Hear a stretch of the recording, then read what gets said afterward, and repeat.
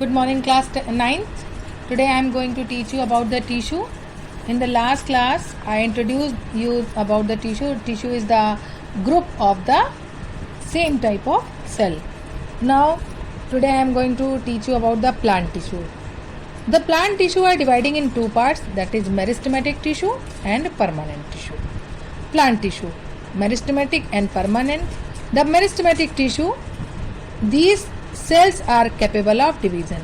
Overall, the meristematic tissues cells are capable of division, means they have capacity to divide. Now, the meristematic tissue again divided in three parts, that is apical, intercalary and lateral. While the meristematic tissue and permanent tissue, plant tissue divide in meristematic tissue and permanent tissue. Meristematic tissue are capable of division, while the permanent tissue, they lost the division capacity. Now, meristematic, as I told you, that apical, intercalary and lateral. Apical tissue, that is present in the apic of root and shoot, at the tip of the root and shoot, while intercalary, that is present at the node of the leaf or branch, while the lateral tissue, lateral meristem tissue, that is present, they just increase the girth of the stem. Okay, while permanent tissue, they lost the capacity of division and they are again divided in two parts, that is simple and complex. Simple permanent tissue, these are a single type of cell, while the complex permanent tissue, they are multiple type of cell. There are so many types of cells.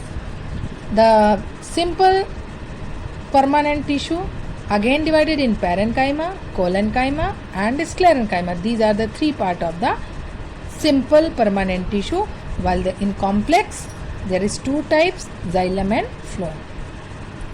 This is the preview that we have to study about these tissue in plant, because they are the types of plant tissue. So let me start to read about the plant tissue. Now, the plant tissue. First, meristematic tissue. Meristematic tissue, the growth of the plant occurs only in certain specific region. As you know that the plant have the certain position from where it start to grow. This is because the dividing tissue, also known as the meristematic tissue, and due to presence of dividing tissue, and dividing tissue are also known as meristematic tissue, the plant become grow. So these types of tissue is located only at these point from where the plant is start to grow. Depending on the region where they are present, meristematic tissue are classified as apical, lateral and intercalary. So new cells produced by meristem, you can see that there is the dividing going to start.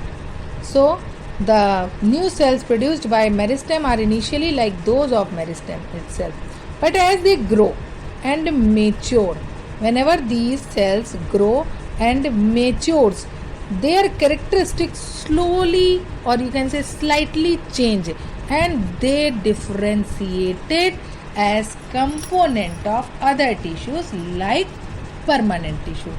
Okay, now apical meristem, it's present in the growing tip of the root and shoot, and they increase the length of the stem and the root. As they are present at the tip of the shoot, so it increase its length, and of course they are present at the tip of the root.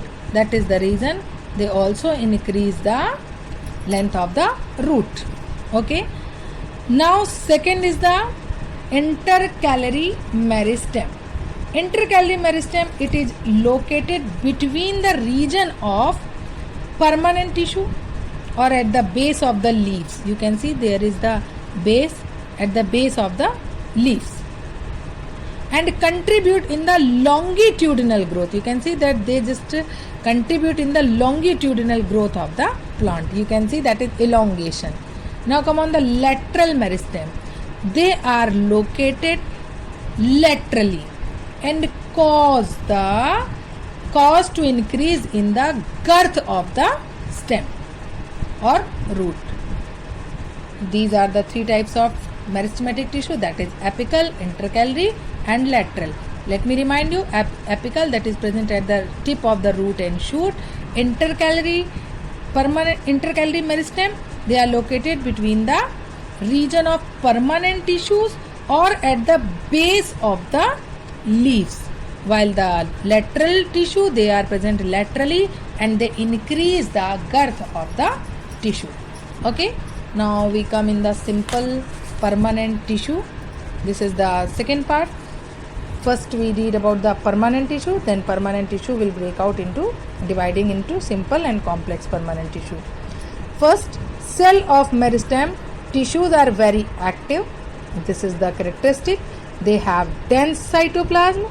Each cell contains cytoplasm. So meristematic tissues cell contain dense cytoplasm, thin cellulose wall and prominent nuclei.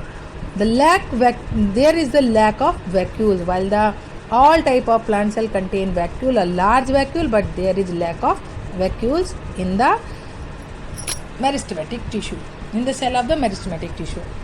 Now come on the permanent tissue. Permanent tissue, they also arises, or we can say originate from meristematic tissue. They are made up of cells which have lost the power of cell division. As I told you that the permanent tissue, they lost the division power. So these cells have a definite shape. जब वो divide नहीं हो रही हैं तो उनका एक particular size है, तो they take up a specific role and lose the ability to divide. As a result, they form a permanent tissue. This process of taking up a permanent shape, size and function means whenever they lost the ability of dividing, they convert into permanent tissue, and this process is known as differentiation. Differentiation leads to the development of various types of permanent tissue, and due to loss that dividing capacity, they convert into different type of permanent tissue, in which the first of all, that is simple permanent tissue. A few layer of cell beneath the epidermis, and generally simple permanent tissue parenchyma is the most common of simple permanent tissue. You can see this is the epidermis. Over epidermis there is presence of cuticle, and just beneath the epidermis there is 4-5 layers are present of parenchyma. These are the parenchyma tissue. These parenchyma tissue are the cell of these tissues are arranged loosely. The large space between them is present, that is present for the storage of food material. Okay, these tissues generally store food.